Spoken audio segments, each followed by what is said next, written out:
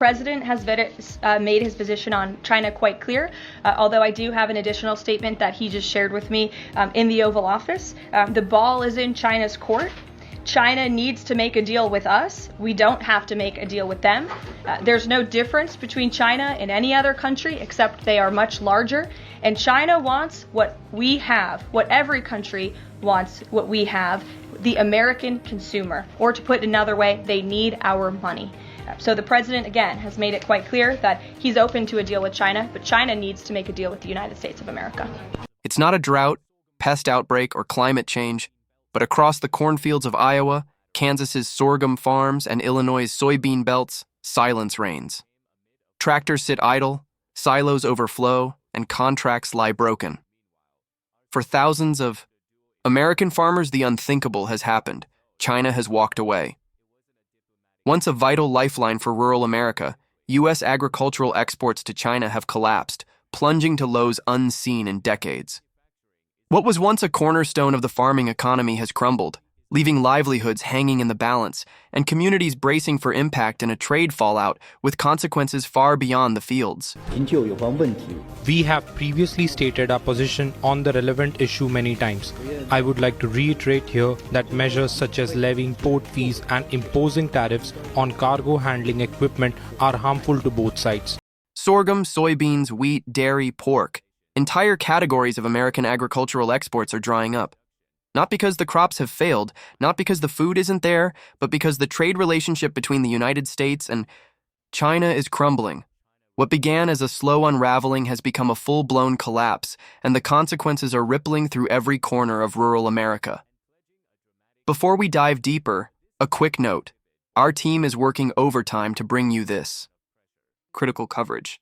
If you could like and subscribe, it would greatly help us with the YouTube algorithm and allow us to continue producing independent reporting, especially when vital stories like this are buried beneath a flood of distractions. Now, let's talk serious about the collapse no one wants to discuss, but everyone should fear. It began quietly. A canceled shipment here, a delayed contract there. Then the data hit, and it was devastating. In January and February of this year, U.S. sorghum exports to China totaled just 78,000 metric tons. That's not a typo.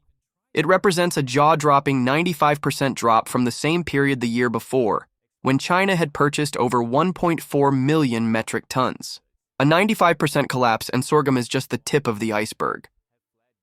Soybeans, once the crown jewel of U.S. exports to China, have also flatlined. Chinese buyers, once the world's largest importers of American soy, have turned decisively to Brazil. So much Brazilian soy is now flooding into China that ports there are backed up and freight prices have skyrocketed. Still, Chinese buyers are willing to pay the premium. Their goal is clear: avoid U.S. product at any cost. Why? Tariffs, politics, and a deliberate economic decoupling. The trade war began under President Donald Trump, who raised tariffs on Chinese goods to levels as high as 145%. Beijing responded with calculated precision, slapping a 125% tariff on all U.S. agricultural imports. But this wasn't just a tit-for-tat response. According to Chinese customs officials, this was about more than retaliation. It was about restructuring global supply chains, and so far it's working. In Shanghai, grain brokers now call American agricultural products financially impossible. Even with discounts, importing U.S. corn, soybeans, or wheat simply no way longer makes economic sense. Chinese feed companies have moved on to Brazil, Argentina, and Russia. Meanwhile, in the heartland of America, crops are sitting in silos, unsold. Drive through central Nebraska or rural Kansas and you'll see it. Idle trains, overflowing grain elevators, and fields being planted not out of hope, but out of necessity.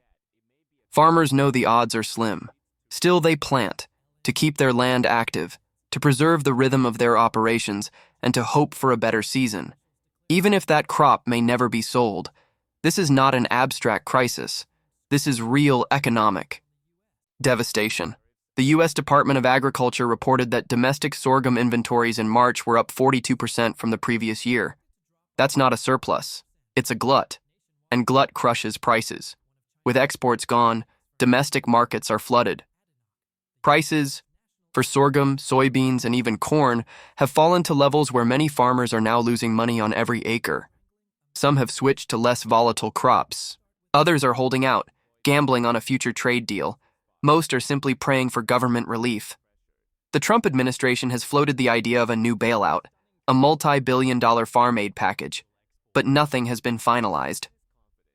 And even if it does come, it won't fix the long-term damage, because this crisis isn't just economic, it's about trust. For decades, China was America's most dependable agricultural customer.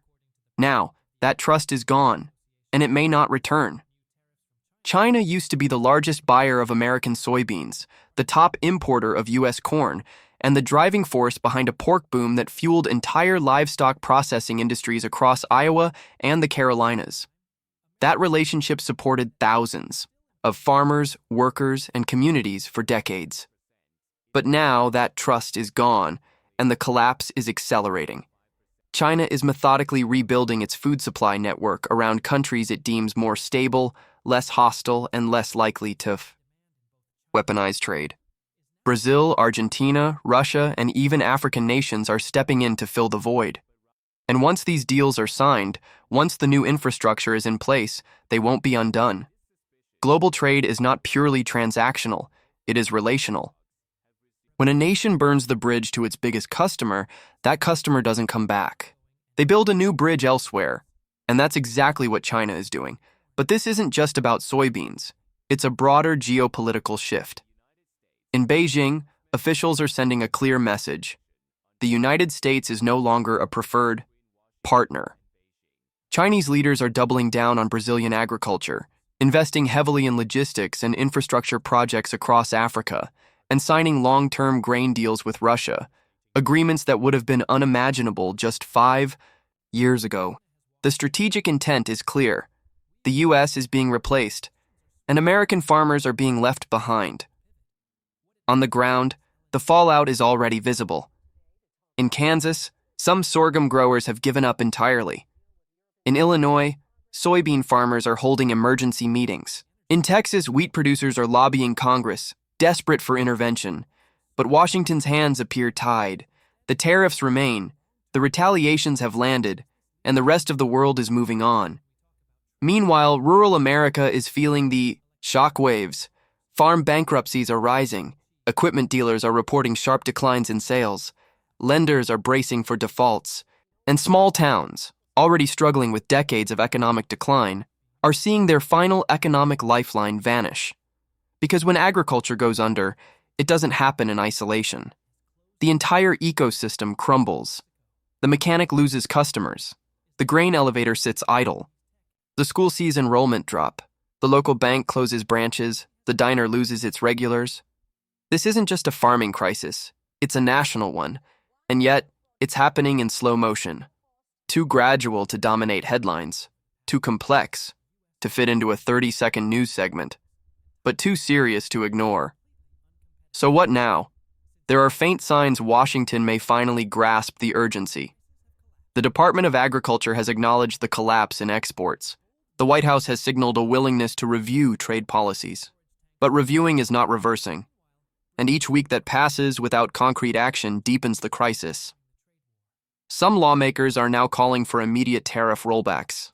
Others want targeted exemptions for key crops like soybeans and corn. Farm organizations are pushing for fast-track negotiations with China. But no one knows whether Beijing is still listening or interested. From China's perspective, the message seems simple. You had your chance and you turned trade into a weapon. We're building elsewhere now. That's the real danger, not just the current loss, but the long-term exile of American agriculture from the global marketplace. Because once China walks away for good, others may follow. And if that happens, the United States will no longer be the breadbasket of the world. It will be the nation that priced itself out of the future. To policymakers in Washington, farmers in the Midwest, and consumers at home, the time to act is now, before the silence.